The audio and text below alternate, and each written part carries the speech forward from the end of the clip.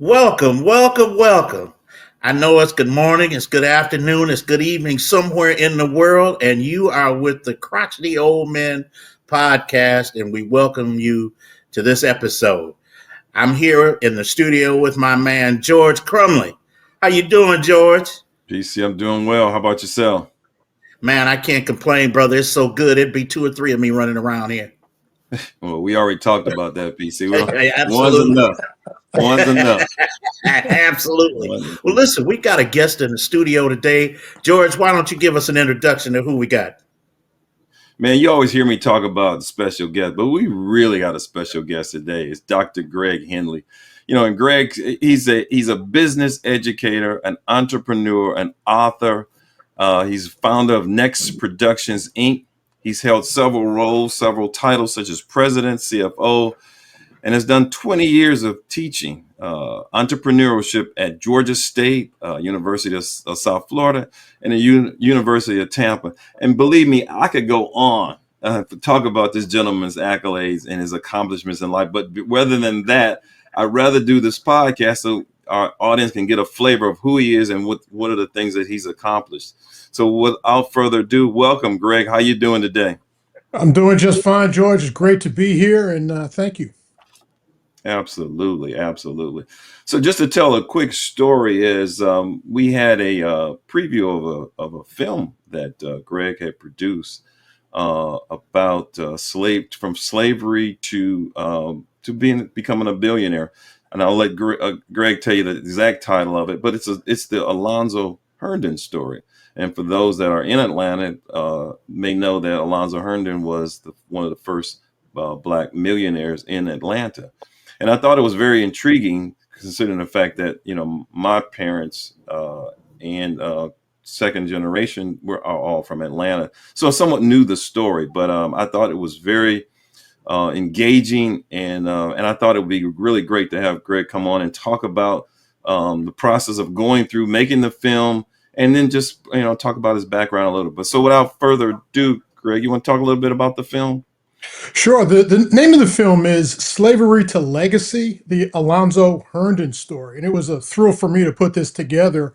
My background is both business and entrepreneurship. So Mr. Herndon really epitomizes both business and entrepreneurship.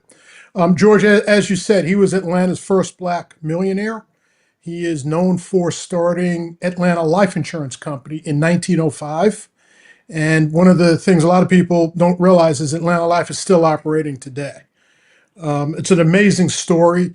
Matter of fact, Atlanta Life was acquired by a Magic Johnson-led insurance group in 2023. So for me, that's one of the things that has extended Alonzo's legacy, and just something I think for all of us to be proud of.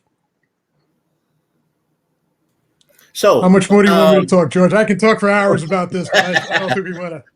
we'll get around to it. If we have to, we'll invite you back again. So not to worry, not to worry. I was pleasantly surprised by your production. I'm a documentarian myself, and I produced nationally syndicated documentaries for PBS. So I was when George told me about the about your piece. I looked it up on PBS, and I was excited, man. You really did a good, fine job. It was the way it was put together, the way the elements fit was perfect as it relates to prose and as it relates to production. So I applaud you for that. So, as a documentarian, what did you wish for the people who watched the movie to come away with? Yeah, I'm glad you asked that. I didn't realize you were a documentarian. We should talk after this, of course. But one of the Absolutely, no key problem. things that yeah, one of the key things that I wanted the audience to understand are the obstacles that Mr. Herndon faced, particularly in the time just after slavery. We face a lot of obstacles these days, but one of the things we don't face, I hope, is that when we leave our house, we don't have to worry about getting lynched. Things that he certainly had to face had to do with danger, Certainly, the deck was stacked against him in so many different ways, and yet he overcame that. He persevered, which is something we need to do as entrepreneurs. As I said in the film, he exhibited entrepreneurship principles that are still important today. So the resilience, the perseverance, the overcoming obstacles, and the way he went about building his businesses. He, in addition to Atlanta Life, as I'm sure you know, he also was the largest largest black real estate holder of his time. What he came up doing was becoming was in barbering. Back in those days, many black people were focused on things like barbering, things like personal services, because outside of sharecropping, that was what was available to us. So I wanted the audience to get a sense of, again, the obstacles, the perseverance, the things that were available to us, and how he used those things and overcame many of the obstacles.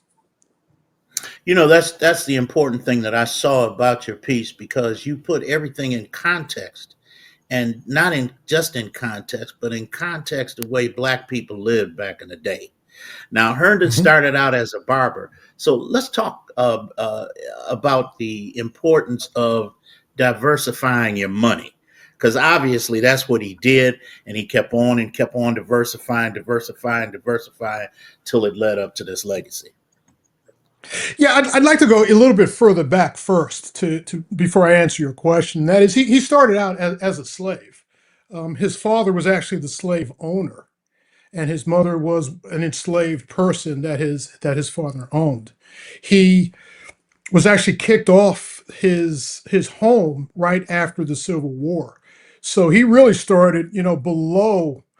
It wasn't even a level ground. He started below ground to move things forward. And when he left the land, he had $11 in his pocket. So he walked from Social Circle, Georgia, to first Sonoya, then to Jonesboro, which is where he started the barbering that he started. So he became a barber. He then moved to Atlanta. He used the proceeds from barbering to buy real estate, which is how one of the first ways he diversified his income. And then from there, he was one of the few people who had the wherewithal to start an insurance company. So that's the way he diversified. He also owned a loan company, a cemetery, and some other things. So he used the funds from barbering to expand with his other businesses. I think it was a really good question, a really important question that you asked. So, as you go, and I'm hoping that this podcast encourages folks to go out and view the entire film. 'Cause, I mean, it's a great documentary. It really is. But let's talk a little bit about your background, because obviously you didn't start out as a film producer, but something led you to that. So talk to our audience, because I'm real big on trying to bring new and different and inspiring opportunities and roads less traveled, to our audience, because I think it's so important that we have that diversification and show that there's other things out there than what you read in the newspaper every day. Mm. So here again, you didn't start off as a producer, but kind of walk down how you got to where you are right now. Sure. I started out in the business world. I have had a really full career in business, which included banking and included insurance. I worked for Procter and Gamble for a while, so big companies, and then I gravitated to smaller companies. But I have a full career in business. From there, I transitioned over to academia, and I have had a full career in academia as well. Big part of my life in business has been entrepreneurship. So in academia, I had the opportunity when I moved to Atlanta to work for Georgia State University and to run their Center for Entrepreneurship. In the classroom, I had the opportunity to impact, say, 30 students. In running a Center for Entrepreneurship, I had the opportunity to impact several hundred students, maybe even several thousand students. But one of the things we teach in entrepreneurship is, how do you scale a business? And for me, I enjoyed teaching, I enjoyed business. I asked myself, how do I scale teaching? And what I came up with was TV. So that's how I got into the TV and film business was, just thinking about my interests, thinking about my background. And for me, this seems like a natural transition. For a lot of people, it's a little bit more of a stretch, but for me, it sounds like a natural transition. When you move into a new field, though, you have to really learn it in order to do it well. So I took film classes, I went to seminars, everything that I could consume with respect to film and TV, I did. So, PC, you said that I structured it well. What I was trying to do was to think of the traditional three-act structure that that most films are structured in. And for this particular film, I had three acts. One is Alonzo's journey. Second is how he built his business, and the third is his legacy. So there was something behind. There's a method to the madness, if you will. And I understand that totally. We had a brother, George and I are from Detroit originally. And there was a brother by the name of David Rambo. And during the course of time that I met David Rambo, he was a professor of mine. And he taught television and radio in the black community. And at that Mhm. time, Wayne State University, we had just got our Black Studies program on the market there. So there was a lot of things going on. He got a grant to teach all the elements of television and radio. Now, at that particular time, I was an activist. And as an activist, you sit down and you think, how is the best way for me to get my story out there, get the story out there. So it was television and radio for me, and we went Mhm. through a step by step process by where we learned the all the effects and all the technology that was involved with radio and television at that time. And boy, that was back in the '70s, and how it's changed. How important is it for you, not just as an academician, but as a person who understands the ability to really put your story together in context and be able to disseminate the story? For me, what was important, I wanted to do it right. I wanted to do it well. So the elements that you talked about were extremely important to me. I know today with technology, it's very easy to get an iPhone and record something. I've seen a lot of really good work done that way, but I wanted to do it in a way that really was broadcast quality. For me, it was important not just to do something, but I wanted it, given what I explained, where I wanted to reach thousands of people. I wanted to. It was important for me to have a certain quality. So I had to learn the technology. I never intended to use a lot of the technology, but I wanted to be able to speak the language of the people who were experts.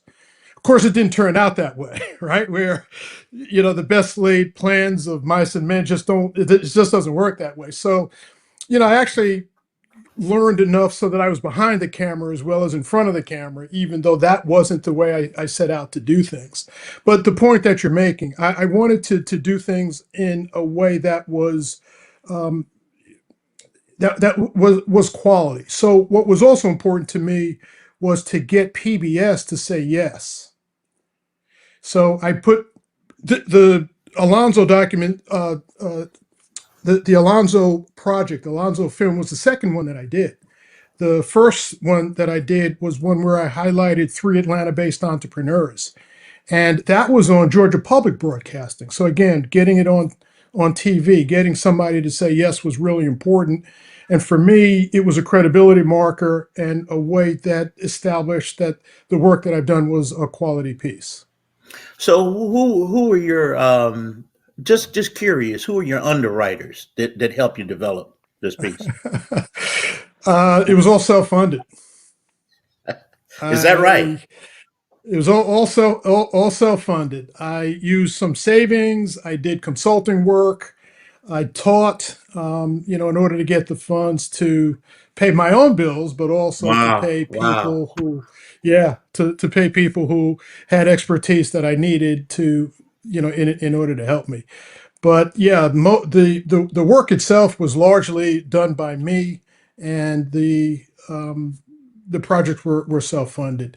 That's not a sustainable model. So let's be clear about that. And as we speak, I'm hoping to get sponsorships because the Alonzo the Alonzo film actually did a lot better than I thought in terms of the interest and demand. So for Black History Month, as an example, I did multiple screenings. We did 7 screenings in for Black History Month, which leads me to think that 2 things. Number one, that there's interest in the film beyond just getting it on TV, and there's interest in the film on an ongoing basis. But I also think that there's an interest in this concept of the first Black millionaire. So I am now also working on expanding the concept to one where it's going to be a series, and I can tell the stories of other pioneers as well. Let's switch gears just a little bit. Can you talk to our audience about maybe principles of entrepreneurship? Say, maybe give us 3 principles that you've taught over the years and you found it to be very successful. I think probably the most important one is opportunity recognition, where the idea that people have needs to have customers. So, in other words, we all have good ideas. I mean, the 3 of us can sit down and we can come up in half hour with, 50 good ideas. But the question is there a market for it? So for me, that's part of the opportunity recognition. And what I found over the years is many prospective entrepreneurs do have good ideas, but it's not clear that there's a customer that's willing to pay enough to make it a sustainable business. And I think that's probably the single biggest principle that we need to understand.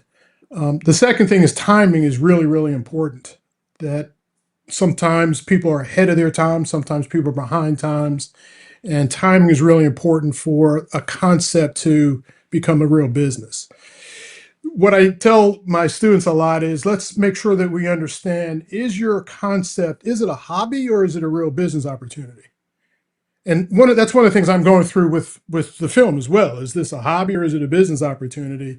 And I think it's a business opportunity, of course, but I'm going to have to get paying customers to make sure that that's what a business really is. The last thing, George, is the role of luck. I've taught principles. I've taught a lot of key business items, but as the longer I live, the more I realize that luck is a big factor in success when it comes to business. One could argue that luck is a combination of hard work and timing, which I tend to believe because I think you have to do the work. But I think luck is a big factor as well. And, as a professor, it's not something I really want to hear, but it's what it's the number 3 if you ask me to think of 3 things. Yeah, yeah. I mean, very well said. Because it brings some things to mind for me. And, here again, a follow-up question would be when you say timing, you know, because of all the things that are going on, today as we look at them, especially from a historical perspective, I would say that, and maybe that's luck, that your timing is right on because the film is hitting us at the right time because of the fact that what is going on in the world today. Would you agree? I hope so. That's one of my hypotheses is that yes, that the timing is absolutely right. And kind of to your point, I was ready to distribute this film a year ago. I mean, Greg's plan was to have this on TV a year ago and to kind of move on to something else. I'm a very spiritual person, and in my mind, God pretty much said, yeah, there were a lot of obstacles that I had to go through over the last year that I did not anticipate. And I think God was saying, let's hold up. We're going to do things on my time. And I think you're absolutely right. I think the timing that, particularly with Black History Month being in February, and the fact that I did a bunch of screenings in February, and a lot of the federal government actions happened in February, I don't think it's a coincidence. But it wasn't Greg's doing. PC, it was the luck that I talk about. It was the timing that was beyond my control And I think it's more to a large destiny than to a I large think degree. it's more destiny than luck, because as you I just described, Mhm, God puts things in a certain order, and part of mhm, that order is timing. And what we might consider timing is not a godly timing at all.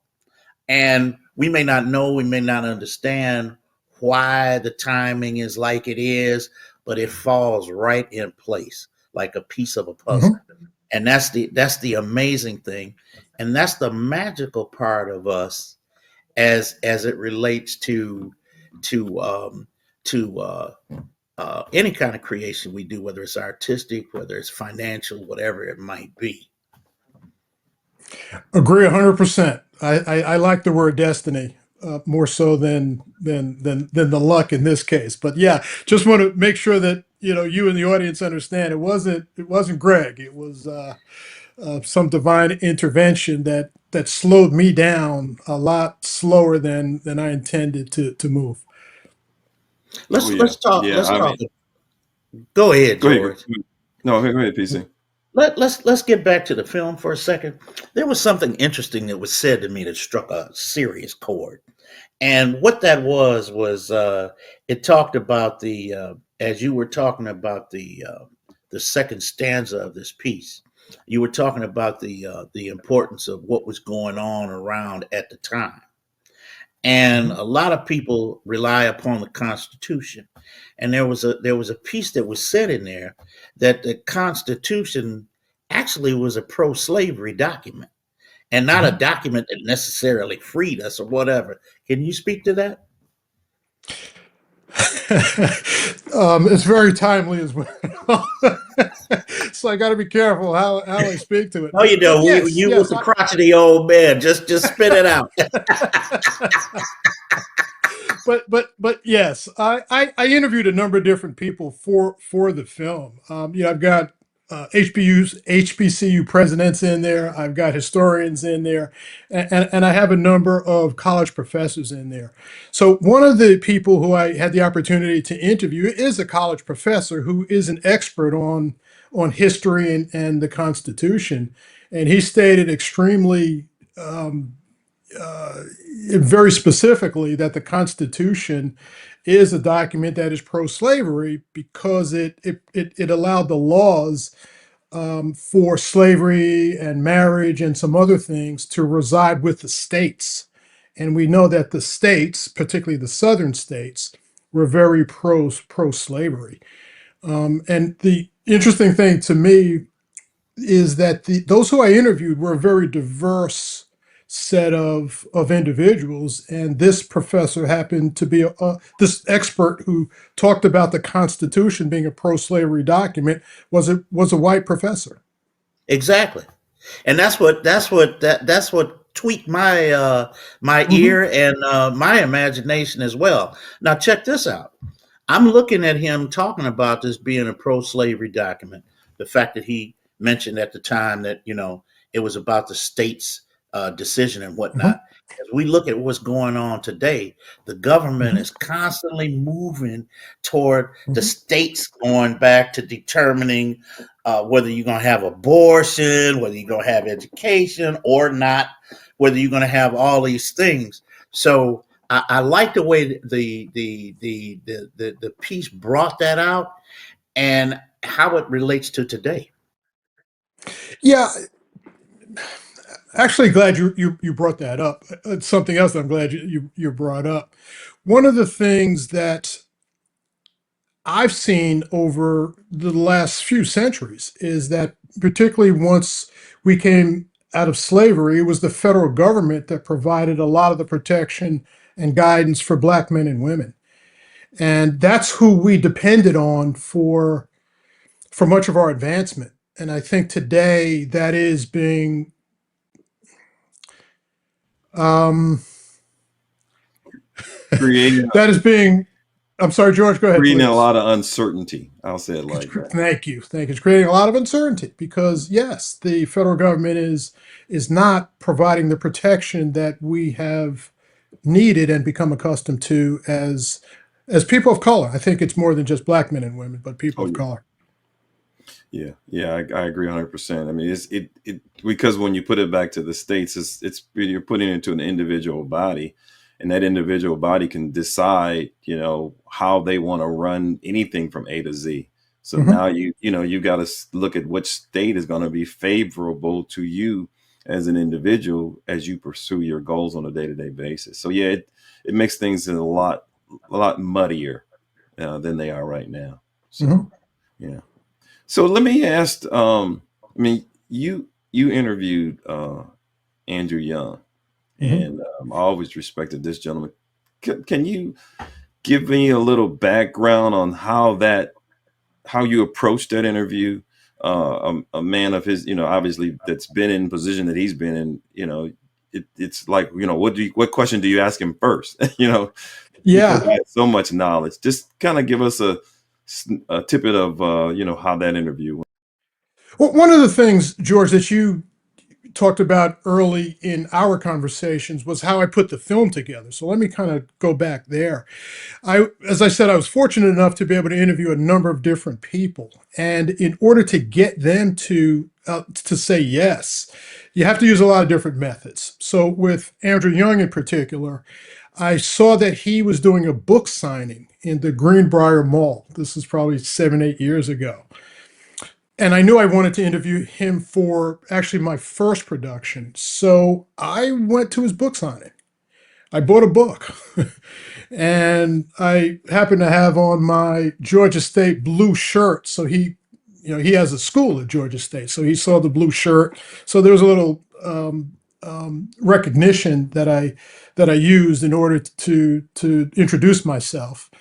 And as he was signing my book, I said, I'd love to interview you. He said, fine, I'm happy to do it.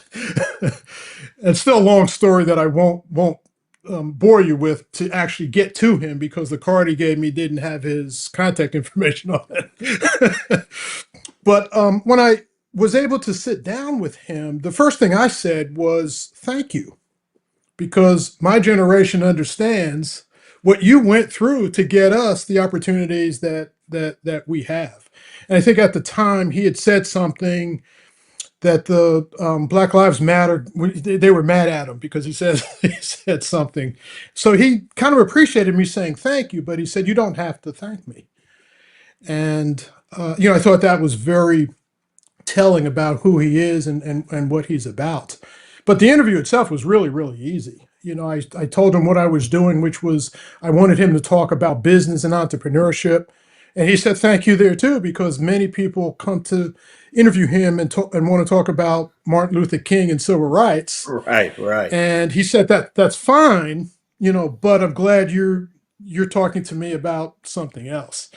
Um, I considered him to be a financial innovator, and I told him that because of some of the things that he did when he was mayor to get money to come into Atlanta. And I think that he appreciated that as well. So when you talk to Andrew Young, you really you guide him. So the I don't remember the first question, but I asked him a question, and then you kind of be quiet, right? So you and he'll talk. He will talk. So I had to be very careful of just being quiet and letting him speak. And then when I felt it was appropriate to ask another question, I asked the other question. Then be quiet again. So it was a wonderful, wonderful experience for me. He is certainly somebody who I admire, and he's definitely a hero for many of us. You know, one of the other things that you talked about quite extensively in your piece was the importance of black schools, black universities, Mhm. HBCUs, and the importance that it played in black lives, especially at that particular time. I happen to Mhm. have great aunts and uncles that went to school with Herndon, My Oh grandfather, wow. he was a bootlegger, and he owned a lot of property in Monticello, Georgia. And so what he would do with the property was to rent the land out to the farmers. They paid him in corn instead of coin. He put Yep. all 8 of his children through school, and they all went to black colleges because at that particular time and place, you had no other choice but to go to a black university. So all 8 of them went to black universities. So let's talk a bit about the importance of black schools, and even more importantly for me, I know Trump did away with the education system. Everybody's hoblobbing about this and that and the other, and quite frankly, it's my tendency to think that, while we were in the dilapidated schools creating inventions that white folks ain't never thought about. What's the need of going through a less than average education system when we can create our own schools and thereby creating curriculums Mhm. that deal with our survival? What comment do you want me to make, PC? Because Whatever, this is whichever. another big. You on the crotchety old man podcast, so just let her rip, baby. Let her rip. Well, I think it's a fact that HBCUs have been of critical importance for our development for the last, what is this, 2025, for the last 150 years. I think there's no question, because as you said, that they were institutions that were the only institutions that allowed us way back in the day. I think that many of us, I think probably all of our families, have benefited from educations at HBCUs. I think they're still extremely valuable today. And I know that they provide a much different experience for. I didn't happen to go to an HBCU, but I know that they provide a much different experience than a non-HBCU for those who go there. One of the things in particular is I believe the professors there are very serious about making sure that we are educated and getting us out and acclimated to the world as it is today. I think they take a much more the professors at HBCUs take a much more personal um, relationship than perhaps at other institutions. So I think they're very, very valuable today. I hope that addresses I'm not sure if that's the question he was trying to get answered, but that was a good answer. I like that. Because definitely I'm a big supporter of HBCUs financially, because 2 of my daughters one went to Savannah State, one went to TSU. Then my grandson's at Payne College right now. So yeah, we're big Okay. supporters of HBCUs. But I think um, it's important that people. Well, let me back up. I know from my perspective, I've seen my kids, because of the area that we grew up in, what I raised them in was predominantly white, and to Mhm. then go to an HBCU, I think it made them well-rounded individuals, and I think that was priceless for them, because I can see the way they interact in society, and because of that being well-rounded, and I think that's kind of more of we need, because we have to be able to function in this society. And from Mhm. my perspective, and I've said this on podcasts before, I think what we're going through right now is a class issue. It's clear that from a financial perspective, it's not necessarily black and white. It's class, and we have to understand it. So you have to be well rounded as an individual to understand that everybody that I come across that doesn't look like me is not my enemy. You Right. have to find the goodness in individuals, and you have to be able to disseminate, this person have my best interest in hand or is not. And that's in the business world, sports world, wherever you're at. And we have to be able to equip our children with this, regardless of how we do it. And HBCUs, I believe, are a good way to do that, because of, like you say, the dedication of the instructors, the surroundings, the history. So that's kind of how I see it. What are your thoughts on that? PC, you. Well, no, I no, mean, no, no. Your thoughts, brother. Because my point was this. My point was this. Aside from the HBCUs, you've got primary education, and they're teaching you the ABCs and the do re mi's and that sort of thing.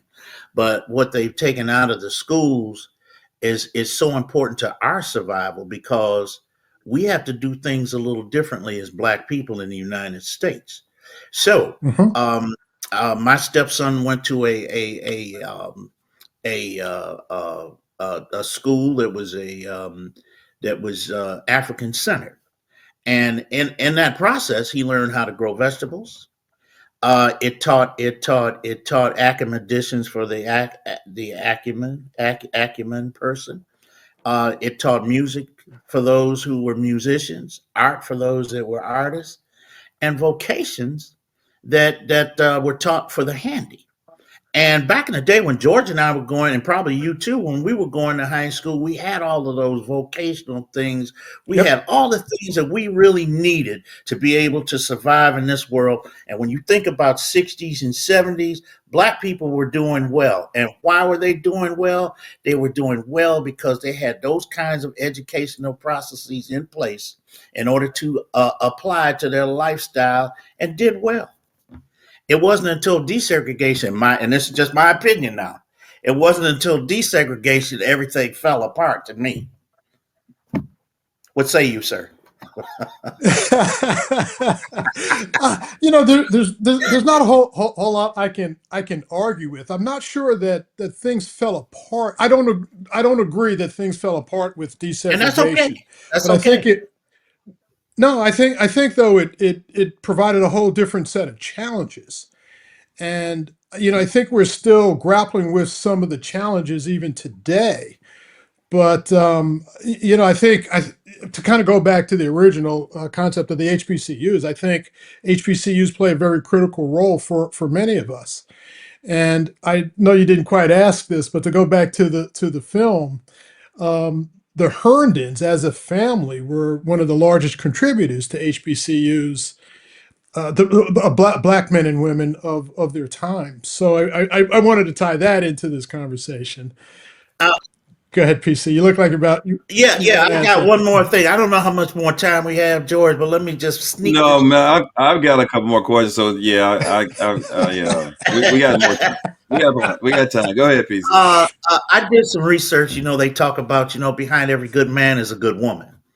Talk to me Yep. about his wife because she was an architect and she did the design for that Herndon house.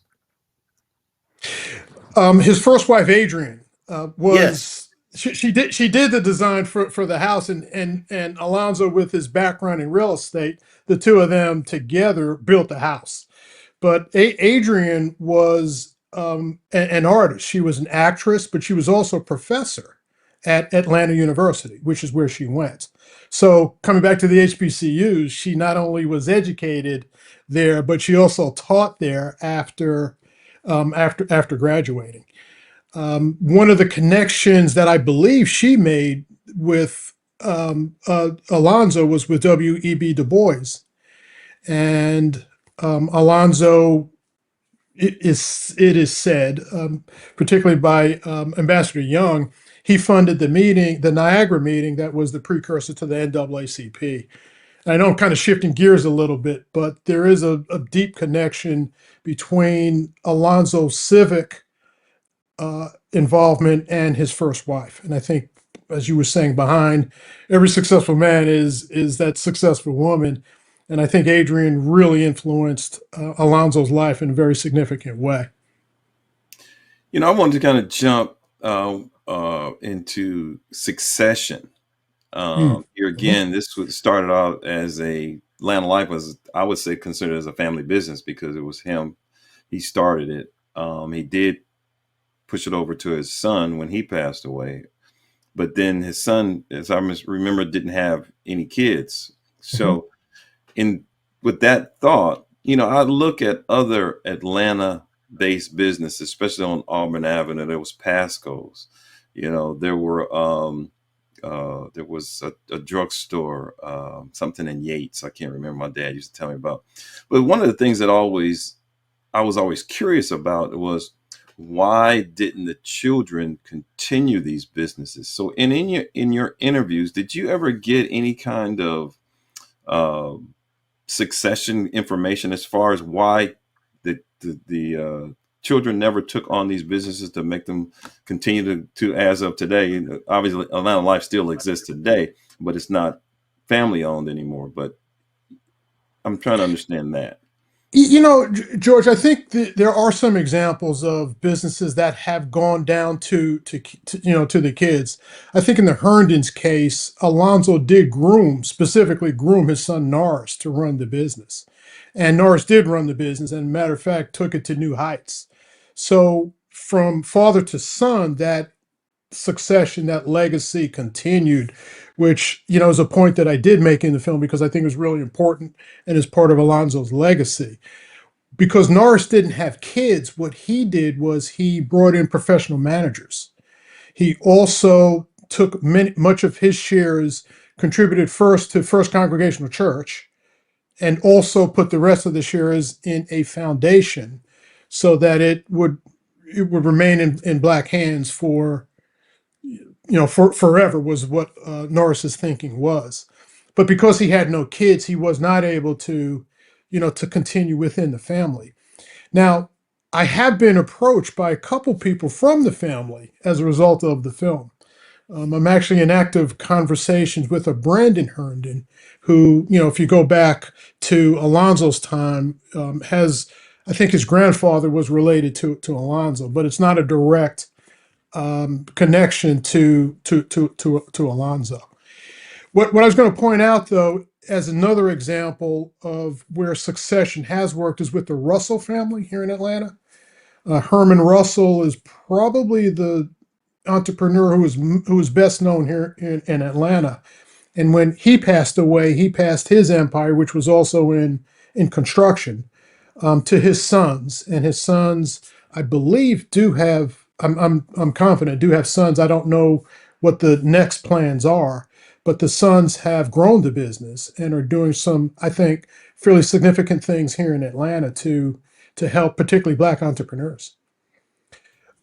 But I do think in most cases it doesn't happen quite as well as what Alonzo did or what Mr. Russell did. So unfortunately, it does seem to end in many cases. So what's next for Greg? Now Yeah. that you've I think you figured out how to turn this from a hobby to actually a business. So what's next on the calendar? What I'm working on right now is to take this concept and turn it into a series. So I've identified a half a dozen other pioneering entrepreneurs throughout the country, but primarily here in the South. And I'd like to do an episode on each one of them, and then sell that series to a network. That network can be either a streamer, such as a Netflix, as an example, or a traditional network like the History Channel.